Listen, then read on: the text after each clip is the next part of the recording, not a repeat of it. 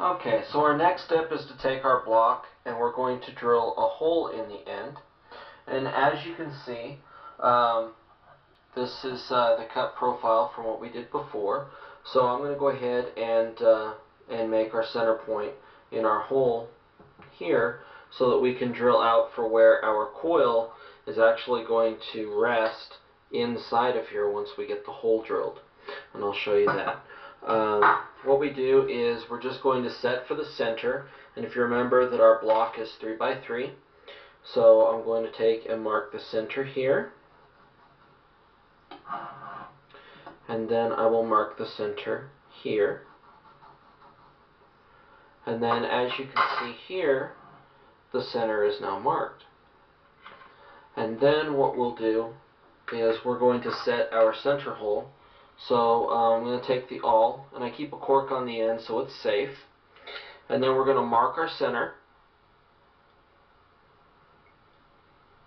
with our awl so that our center is going to be exactly in the center of our plastic. And I'm not sure if you can see the hole on camera, but it's here. And that hole is going to be for our Forstner bit, and that will set right in the center, and then we're going to bore a hole straight through for our coil. Okay, so our next step is going to be to bore our hole, and you can see that I've already started our hole.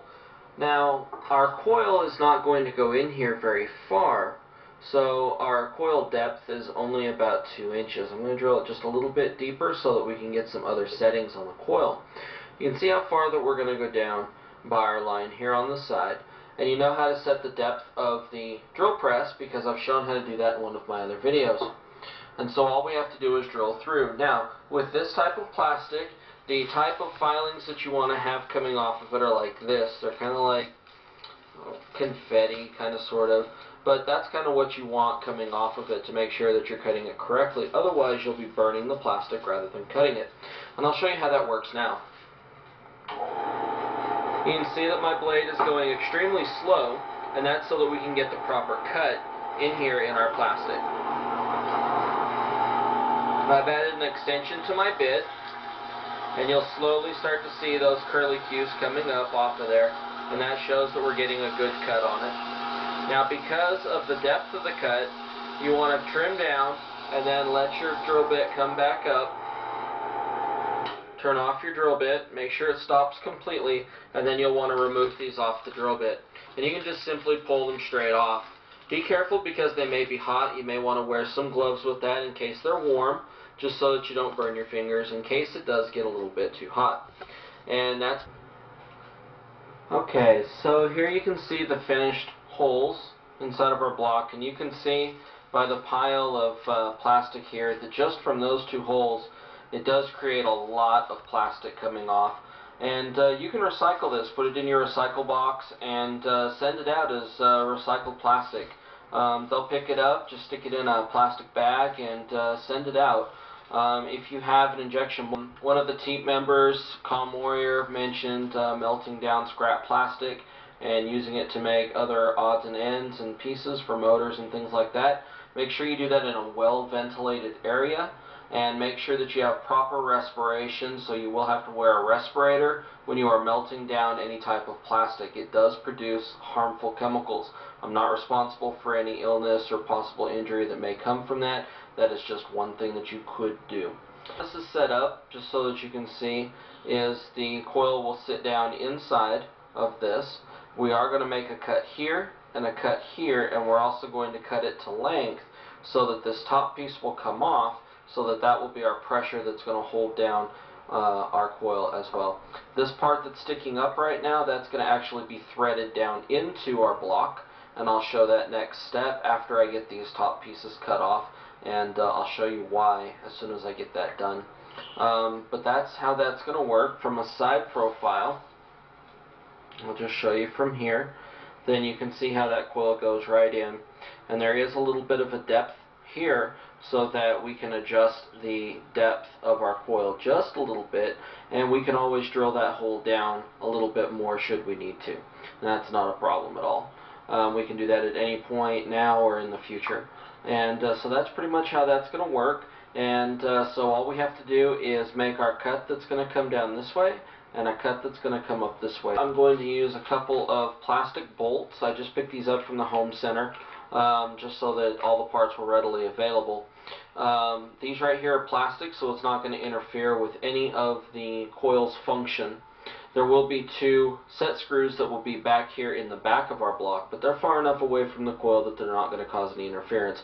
But right next to the coil, so that there's not going to be any false readings or anyone commenting, hey, you've got a metal bolt next to it, that may be interfering with the type of power that you're getting, then I went ahead and put nylon bolts in there as well. So everything that's going to be around the coil is going to be nylon.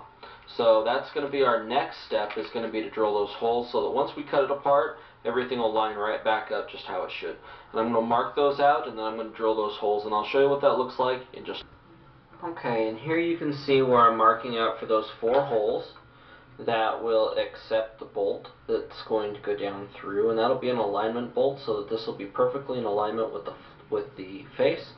And also when it goes down, it'll put even pressure across our coil so that it will hold it correctly.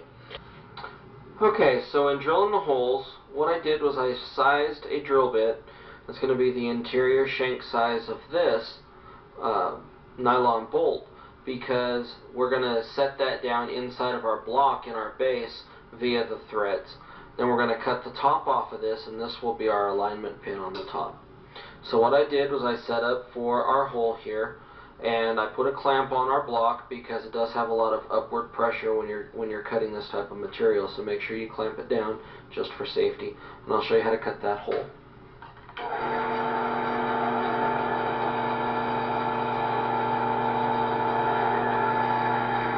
When you get to the bottom and you've set your stop, just let it twist for a second and then let it come back up. That way it cuts a clean hole. And then we can take our clamp off and remove it. We'll clean off our drill bit. This is what you should have coming off of your drill bit. If you're cutting at the correct speed for your plastic, you should always have these kind of nice little springy curly cues coming up off of it. It's a good tip to make sure that you're cutting at the correct speed, and if you feel your plastic, it shouldn't be warm at all. Okay, so as you can see here, we've got 4 holes. Now those 4 holes do not go all the way through our block. What has happened when I drilled those, I'll show you on this block, our finished hole depth is here. Now we're going to drill a larger hole so that the shank of the bolt will slide in and out of our top piece that we're going to cut off. Now our cutoff point is going to be right here, as you can see that line. So this size of this hole right here is what we just drilled in our block here. Now what we're going to do is drill a secondary hole and make the first hole larger down to this line here, which means that our threaded part will go in here, and our larger part, which the bolt will slip in and out of, that will be perfectly aligned on our block so that when we go and clamp these down, everything will be in perfect alignment.